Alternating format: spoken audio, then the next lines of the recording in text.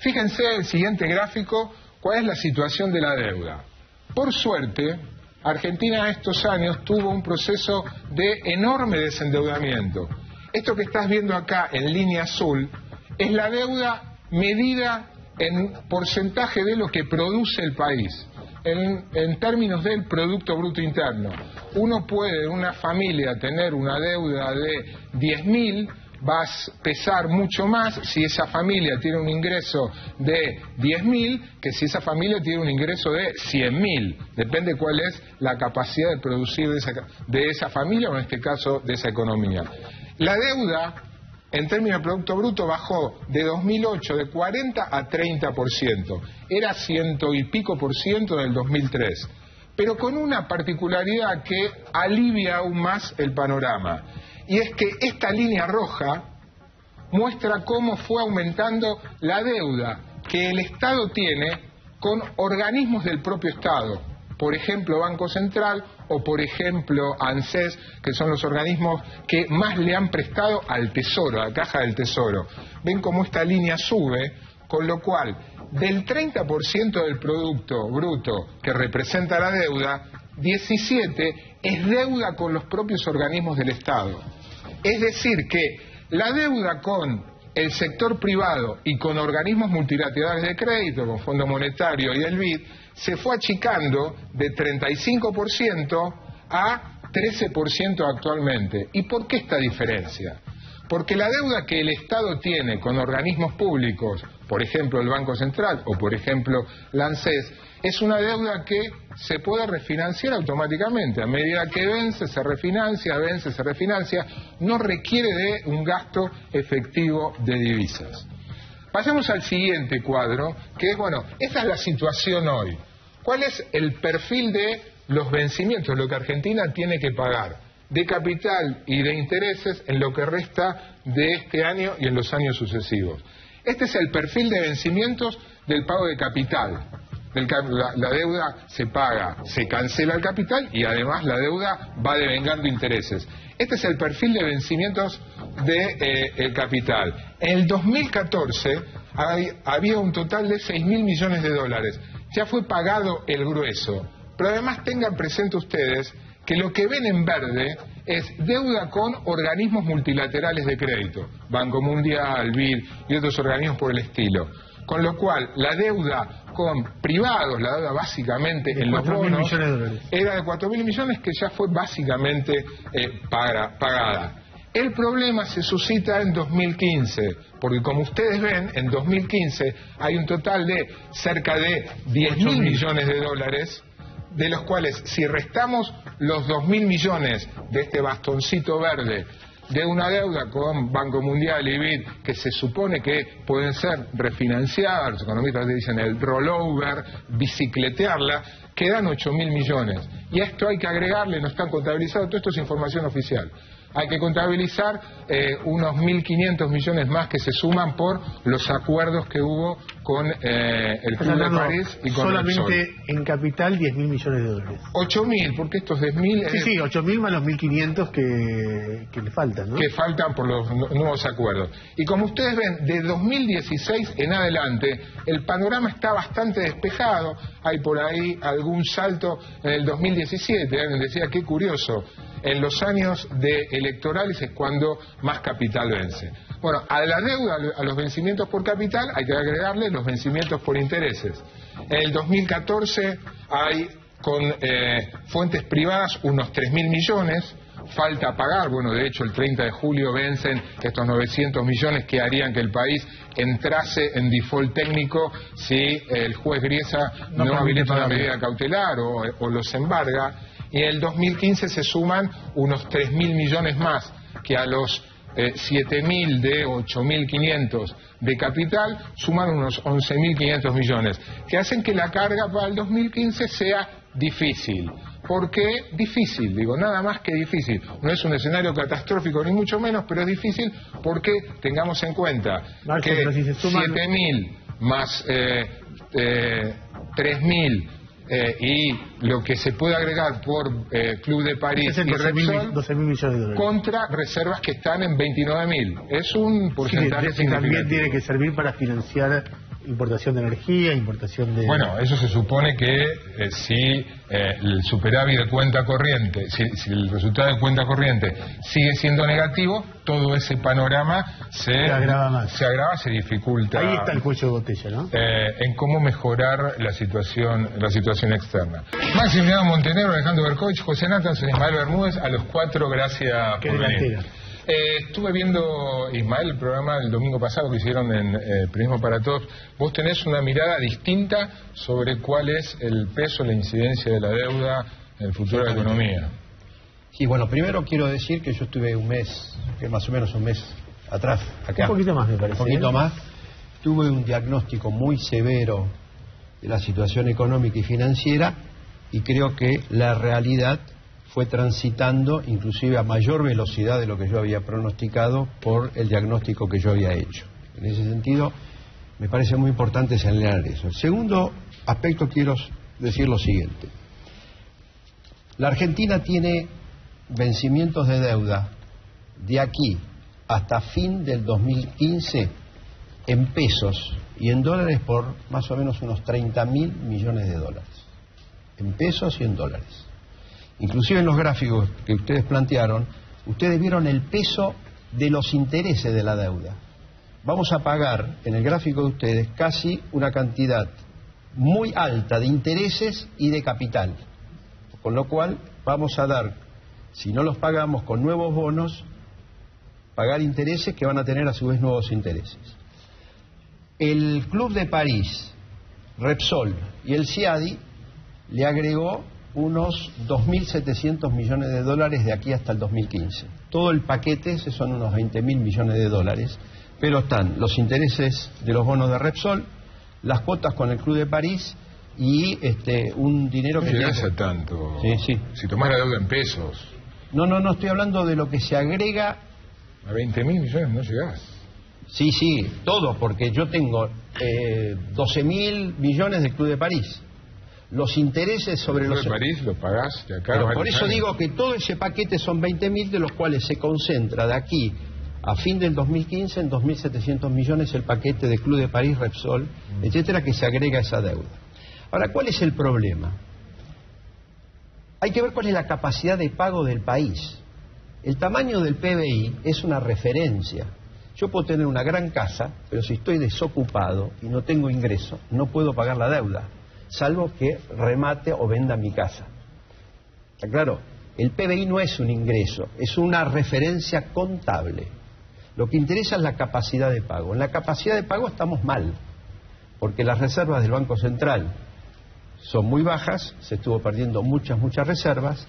Ustedes explicaron muy bien que la balanza de pagos no están entrando dólares, y no va a entrar dólares aunque nosotros le paguemos a los fondos buitres. ¿Por qué? Porque cuando arreglamos, primero nos dijeron, si arreglan con el CIADI vienen dólares. Cuando se arregló con el CIADI dijeron no, pero tienen que arreglar Repsol. Cuando se arregló Repsol dijeron no, pero tienen que arreglar el Club de París. Cuando se arregló el Club de París dijeron, pero ¿saben qué? Tienen que arreglar el tema del fondo buitre, vamos a esperar el fallo de Griesa o de la Corte Suprema de Estados Unidos. Ahora que se haga eso, van a decir, pero ¿sabe qué pasa?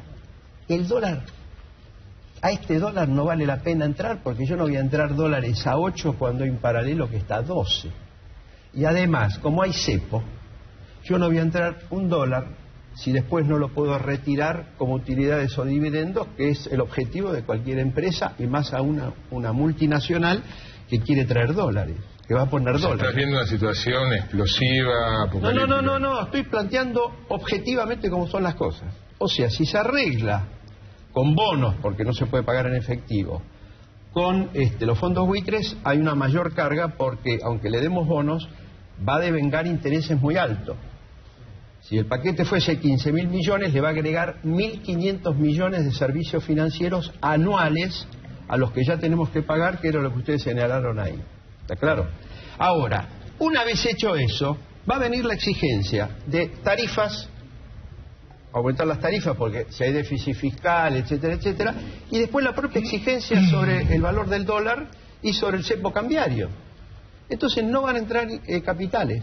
Lo que pasa es que para que un país vaya haciendo concesiones, yo le tengo que presentar un lecho de rosas diciendo, si arreglás acá van a venir capitales, después decís, y fue así, está muy bien pero es insuficiente, está muy bien pero es insuficiente, y después que se emitan estos bonos para pagarle a los fondos buitres, que después el fondo buitre lo va a hacer líquido, pero lo va a vender en el mercado seguramente, eso va a generar a su vez la nueva teoría de que está bien pero falta, porque tenemos el cepo y tenemos el tema del dólar. A ver, el resto de los integrantes de la mesa tienen el mismo diagnóstico, disiente marginalmente, ¿les parece que no es así? No, a ver, yo creo que el tema de la deuda, el peso de la deuda en la economía argentina, no creo que sea hoy el principal problema. Ahí coincido con el diagnóstico que hacía Marcelo. Solo la mala praxis de los últimos 2 años y medio del gobierno puede llevar a que el problema de la deuda hoy sea un tema central, porque la verdad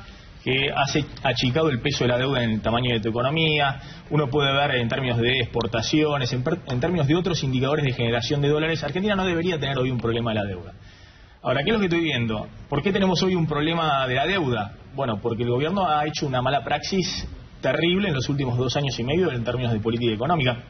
Mira, yo contaba en el programa, en Plan M, en el programa de Canal 26, una metáfora, algo que me había contado Adolfo Canitrot, el ex viceministro de Economía de Alfonsín, para explicarme en su momento por qué habían recurrido al FMI en el 85 haciendo ese viraje histórico del gobierno alfonsinista.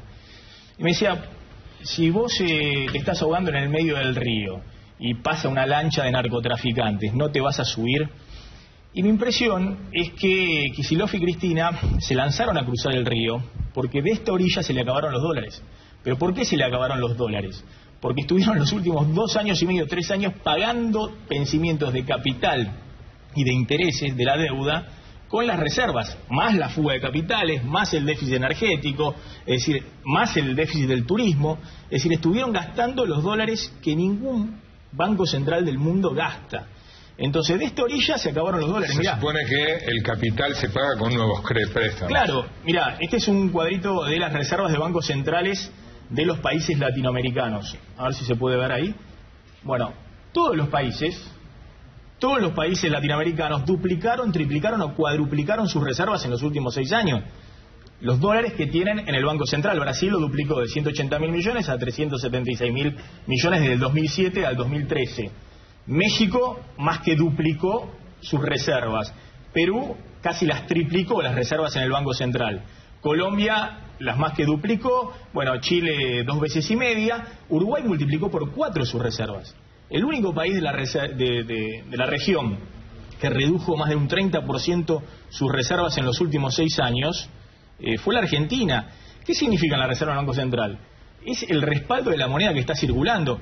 Es tu reaseguro ante una crisis externa. Es tu reaseguro si te corren contra tu moneda. Es decir, estos países no necesitan hoy del FMI, ni tendrían dificultades si tuvieran que negociar con fondos buitres o con alguien que quiera correr contra sus monedas, porque tienen su propio FMI hecho por ellos.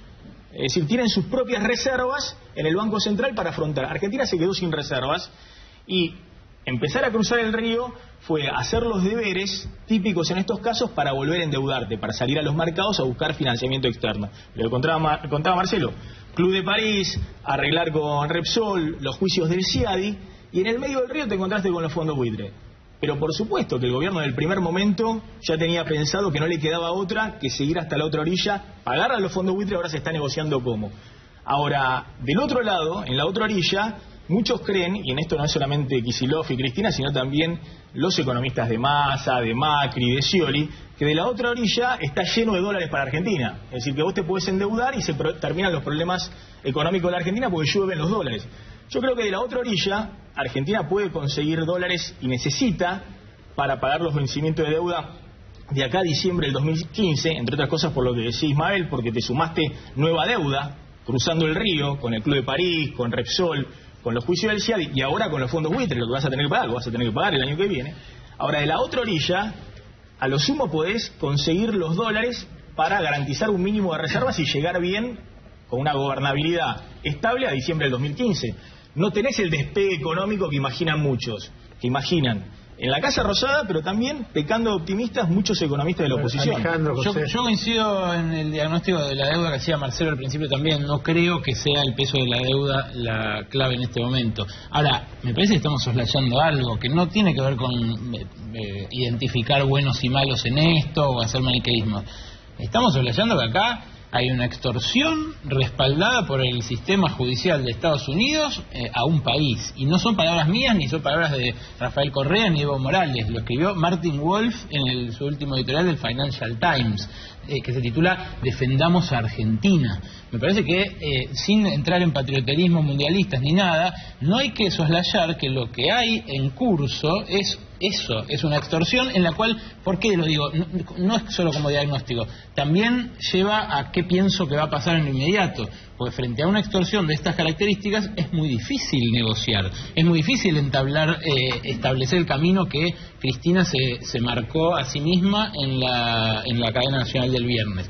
No es imposible, pero es muy difícil. El mediador que hay, el nuevo designado Pollack ayer, no es la llave a un acuerdo para mí. Al revés, el gobierno argentino había pedido que se suspendan los embargos que hay vigentes y ahora quedan con el mediador, si no rige una nueva cautelar que frene esos embargos, quedan 3 días hábiles para negociar ese pago. Hay 30 días. Sí, hay 30 días para entrar en default, pero el momento en el cual el pago tiene que hacerse operativo y no se hace, es un momento muy crítico. Y respecto a lo que decía Maxi de cómo se quedó Argentina sin reservas en los últimos 2 años, me parece que efectivamente hay una mala praxis muy importante y tiene que ver con cómo se implementó el control de cambio.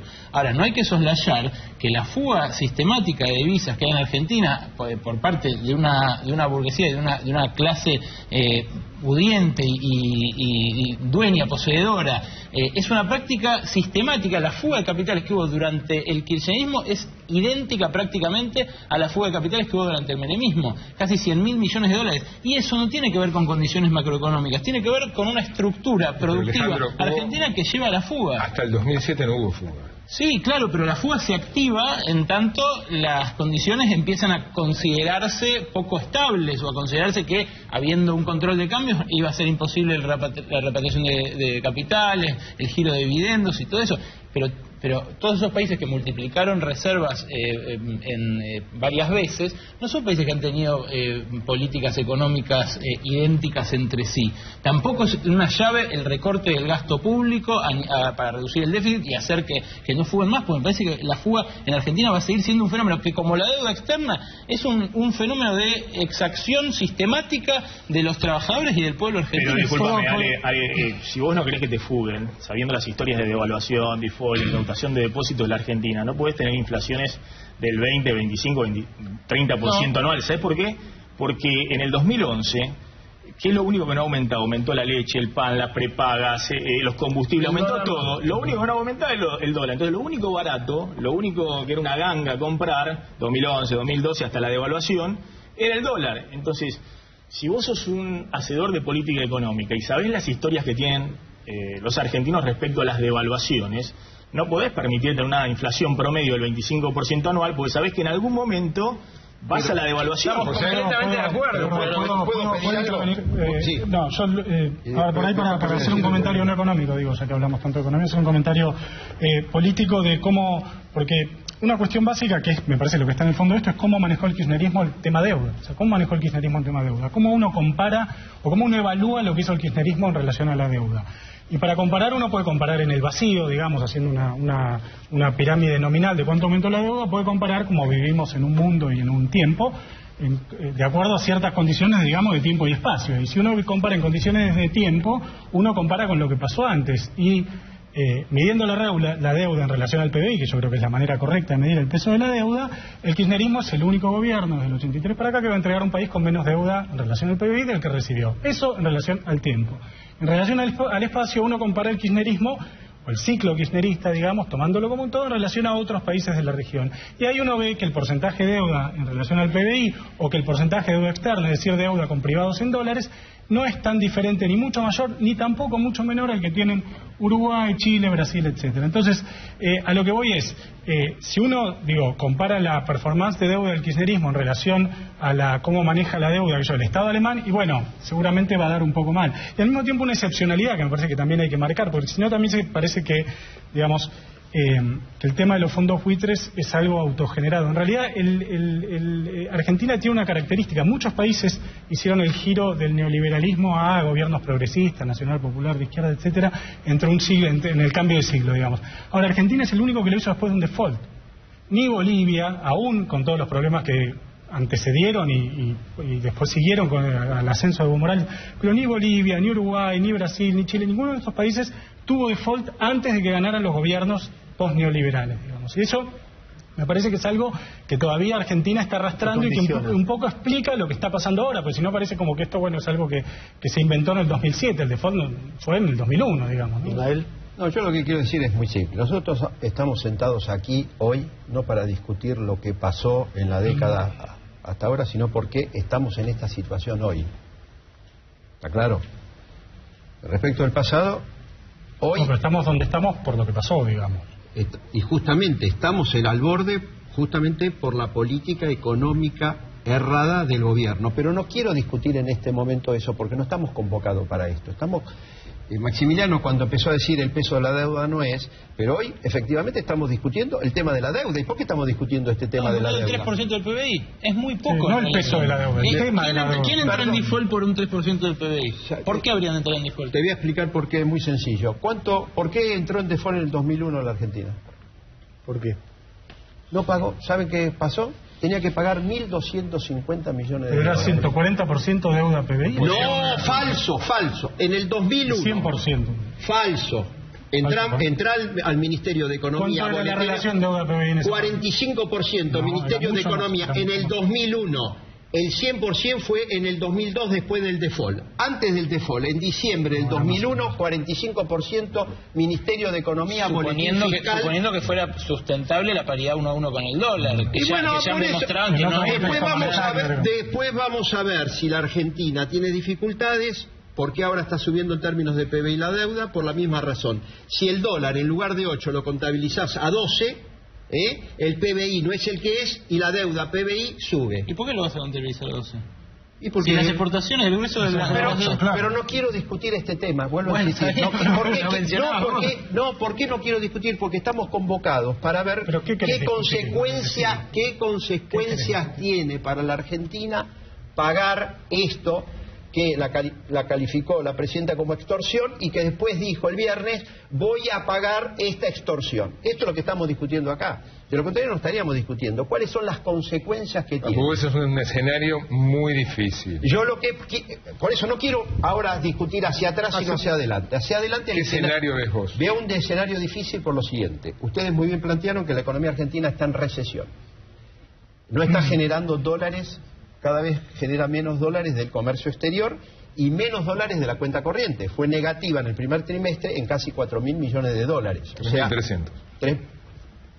La cuenta corriente 3.300, pero fueron 600 millones de déficit la cuenta capital. La suma de los dos, balanza de pago, te da casi 4.000 millones de déficit en el primer trimestre. Entonces, esta es la situación delicada que tenemos. Tenemos una economía que está en recesión.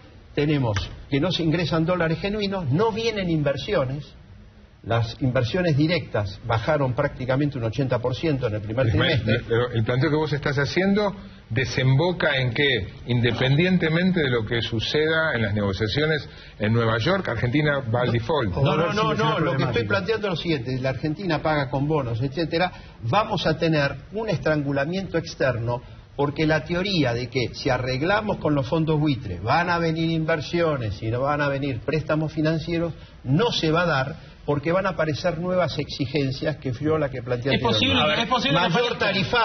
mayor tarifazo, especialmente en el caso de la luz que ahora viene, y la exigencia de una devaluación unificación del mercado de cambio, levantamiento del cepo como condición para que vengan esas inversiones. Es posible que existan esas exigencias, pero la cuestión es que hay gente que está interesada en los activos que Argentina sigue teniendo, que son básicamente recursos naturales, y esa gente no va a dejar que Argentina se caiga alegremente. Si yo no planteé que se caiga, yo lo único que digo es que van a devaluar y esos activos van a ser mucho más baratos justamente para aquellos que quieren entrar. Pero planteaste una escenario de crisis terminal, sí. Yo no planteé... Sí, perdón, lo que digo yo en base a las variables que vos describiste... Vos no me pongas a mí, no pongas en vos las palabras mías. Yo lo que digo es lo siguiente.